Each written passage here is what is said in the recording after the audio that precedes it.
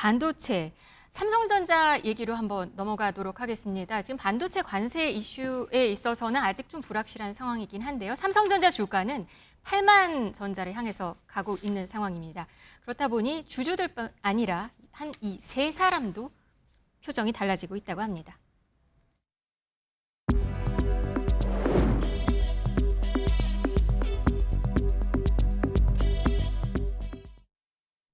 네, 세 사람, 삼성과 세 모녀를 말하는 거였습니다. 홍라희 리움미술관 명예관장, 이부진 호텔신라 사장, 그리고 이서연 삼성복지재단 이사장.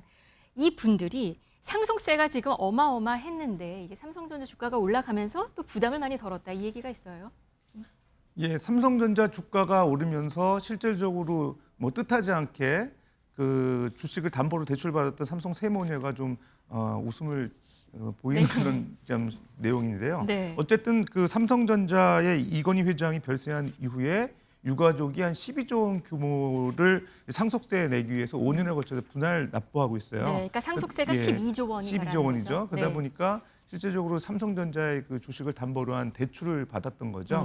수조 원 정도 대출을 받았는데 네. 실제적으로 삼성전자가 최근 9월 현재 8만 전자 7만 9천 원 이상으로 네. 주가가 상승하면서 3개월 내에 47% 이상 상승을 했거든요. 네네. 그렇게 되면은 이제 실제적으로 LTV 비율이 이제 높아지게 되고요. 실제적으로 이제 이자를 납부하는 데 있어 상당히 좀 여유가 생길 가능성이 있죠. 네. 그러다 보니까 이제 홍라희, 이부진, 이서연 요분들의 어떤 그 상당히 그 삼성전자 주담대 받아서 이자 납부하고 상환하는데 도움이 될 가능성은 있고요. 네. 근데 이제 다만 이제 이재용 회장 같은 경우에는 현재 이제 죄송합니다. 주식담보대출이죠. 주식담보대출을 받지 않았고 신용대출이나 이제 배당금으로 이제 상속세 재원을 마련하고 있어요. 네. 그러니까 실질적인 영향은 없는데 만약에 이제 세모녀가 지금 주가가 많이 오른 삼성전자를 시장에다 매각을 해서 그 재원을 가지고 오히려 상속세를 이제 상환할 가능성도 배제할 수 없거든요. 그렇게 되면은 삼성의 지배구조에도 뭐 적지 않은 영향이 있을 가능성이 있습니다. 지금 보니까 한 최근 1년 6개월 사이에 한 3조 3천억 원 정도의 주식을 처분한 것으로 알려지고도 있기는 합니다. 근데 진짜 삼성전자 주식이 8만 원까지 오르는 이런 상황에서 주식을 처분할 가능성이 있을까요? 그래서 과거에 한번 사례를 좀 봐야 될 것 같아요. 그래서 7만 전자를 넘었을 때 그때 이제 아마 블록딜로 매각을 했던 걸로 기억하거든요. 그래서 네. 아마 당시 지난해 1월이었습니다. 삼성전자 주식이 7만 3,200원일 때 주식 2,982만 9천 주를 2조 1,600원대의 시간의 거래 블랙딜로 했습니다. 그래서 이런 부분 때문에 아마 이번에 지금 8만 전자가 되고 또 계속 오를 상황에서 이 시점에서 한번 또 다른 블록딜이 이루어지지 않을까라는 그런 예측을 해봅니다. 그러면 삼성전자 주가에도 영향이 있겠네요. 그렇죠. 그래서 작년 1월 달에 있었던 그 블록딜에서 시장은 어떻게 반응을 했느냐. 생각보다 그렇게 많이 내려가지 않았습니다. 한 1% 정도 주가가 좀 하락했던 부분이 있었기 때문에 네. 아마 그런 과거의 그런 수치를 보고 이번에도 진행이 될 가능성이 있다고 생각합니다. 이 아까 말씀한 지배구조에도 문제가 좀 변화가 있을 수도 있겠다라고 말씀하셨는데 그거는 어떤 얘기인가요? 예, 그러니까 지금 이재용 회장이 삼성물산의 어떤 지분을 가지고 삼성생명을 통해서 삼성전자의 지배권을 간접적으로 행사하고 있는 구조거든요. 네. 실질적으로 이제 오너 일가의 삼성전자 지분을 높여줘야지만 향후에 어떤 지배구조 안정화를 기할 수 있죠. 예를 들면 최근 들어서 이제 삼성생명법에 의해서 기존에 이제 삼성생명이 가지고 있는 삼성전자의 주가를 이제 소위 말해서 이제 시장가가 아닌 장부가 기준으로 평가했을 때 지분 비율이 낮거든요. 근데 최근 들어서 삼성생명법이 발효가 되게 되면은 삼성생명이 갖고 있는 삼성전자 지분을 내다 팔아야 되기 때문에 결과적으로 삼성생명이 삼성전자에 대한 지배권이 약화될 가능성이 있어요. 그러면 삼성물산의 대주주인 이재용 회장이 삼성생명을 통해 삼성전자를 간접적으로 지배하는데 상당히 이제 차질이 생길 가능성이 있거든요. 네. 그러니까 실제적으로 세 모녀가 이제 어떤 우호 지분 차원에서 삼성전자의 보유 지분을 많이 확보하고 있어야 되는데 오히려 주가가 올라서 상속세 상환을 위해서 전자 주식을 내다 팔 경우에는 지배구조에 영향이 분명히 있지 않을까 생각됩니다. 그러면 오히려 안 팔 수도 좀 덜 팔 수도 있겠네요. 글쎄요. 그런데 이제 지금 계속 그 100억 원 가량이 되는 이자를 납부하면서 상당히 한 이제 달에요? 한 달에 예. 100억 원 정도 되는 이자를 네. 납부하면서 상당히 부담이 되고 있고, 그다음에 또 이게 오랜만에 삼성전자 주가가 오르고 있기 때문에 네. 기회를 그냥 또 놓치기 또 아쉬울 가능성도 있거든요. 어떤 판단인지 지켜봐야 될 것 같습니다. 네, 아까 말씀하신 대로 아까 보신 바와 같이 삼성전자 주가는 뭐 단기간에 50% 가까이 올랐습니다. 지금 현재 주가도 79,700원 정도인데요. 그런데도 목표 주가는 꽤 올리는 모양새입니다. 증권사들이.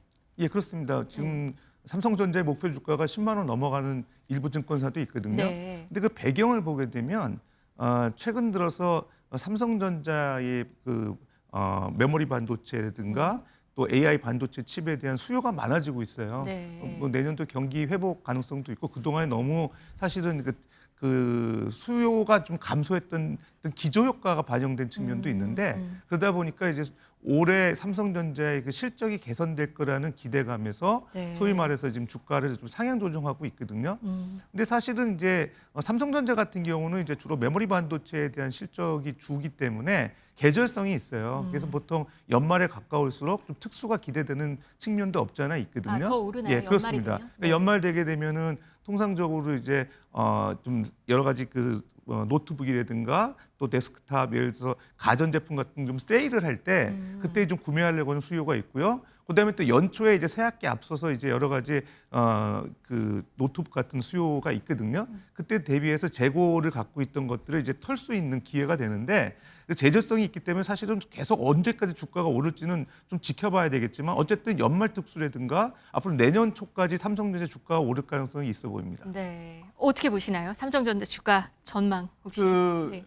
그 국내 애널리스트들의 평균을 보니까 한 8만 원대로 계속 이제 어떤 유지가 될 거라 이제 얘기하는데 최고로 아마 예상한 게 11만 원이고 외국계 증권사에서는 한 12만 원까지 예측을 했어요. 아, 연말까지. 그래서 네. 아마 전체적으로 어떤 우상향으로 이제 올라갈 것이다라는 예측들이 있어서 저도 교수님 말씀에 동의합니다. 그래서 이런 HBM이라든지 AI 반도체, 서버, 또 데이터 센터 이런 것들이 실제로는 삼성의 메모리 반도체가 많이 필요하기 때문에 어떤 수요가 계속 있을 가능성이 있기 때문에 이 부분은 네. 삼성전자에게 긍정적으로 반영할 것입니다. 우리 반도체 관세 협상 이슈는 아직은 남아 있는 것 같습니다. 그렇죠. 그것도 이제 어느 정도 전체적으로 경쟁 국가들과의 어떤 관세율과 비교를 해서 상대적일 수도 있고 다 똑같이 타격을 받는 부분이기 네. 때문에 이 부분은 어느 주가에 또 반영이 되는 것이 아닌가 생각을 해봅니다. 알겠습니다. 삼성과 얘기를 하다 보니까 이재용 회장 장남 지호 씨 얘기 한번 넘어갈게요. 해군 장교로 최근에 입대를 해서 화제가 되고 있습니다. 네, 그렇습니다. 그래서 매우 또 신선한 또 충격인 것이 이제 어떻게 보면은 이중 국적자이잖아요. 네, 미국 그러면은- 시민권을 포기했더라고요. 그렇죠. 네. 그러니까 어떻게 보면 일반 사병으로 갔으면은 두 국적이 다 유지가 되는 건데 해군 장교로 입대했다라는 것은 그만큼 삼성가가 어떻게 보여주고 싶은 그런 부분도 있지 않을까라는 생각을 합니다. 어떤 강한 어떤 리더십과 또 장교라는 것이 일반 사병과 달리 다양한 어떤 리더십을 또 보여줘야 되는 부분이잖아요. 그래서 그런 부분에서 좀 작용하지 않았을까라도 생각을 해봅니다. 지금 지호 씨뿐 아니라 다른 그룹의 오너 자녀들, 그러니까 재벌 3세, 4세 또 장교를 선택하는 경우가 또 있다고 해요. 왜 그런 건가요?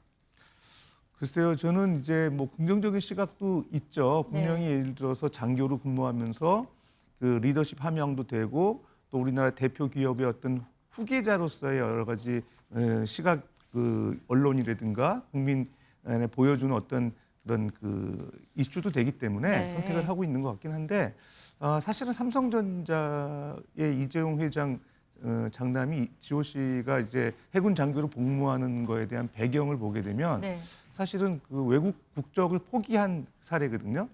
그러면은 오히려 차기 후계자로서 뭔가 예비 포석을 하고 있는 게 아닌가 좀 생각도 네. 들거든요. 왜냐하면은 이제 이재용 회장이 이제 법적인 어떤 사법 논란에 계속 직면해 있을 때 네. 3세 경영은 없다 이렇게 언급을 했었었는데 네. 사실은 이제 좀 그 이슈가 해소가 되다 보니까 오히려 이제 이지호 씨의 향후의 어떤 행보에? 행보를 봤을 때 네. 미국 국적이 좀 사실은 불가피하게 포기해야 될 수도 있지 않을까 생각이 돼서 뭐 장교에 대한 고려도 좀 있지 않았을까 조심스럽게 생각됩니다. 네.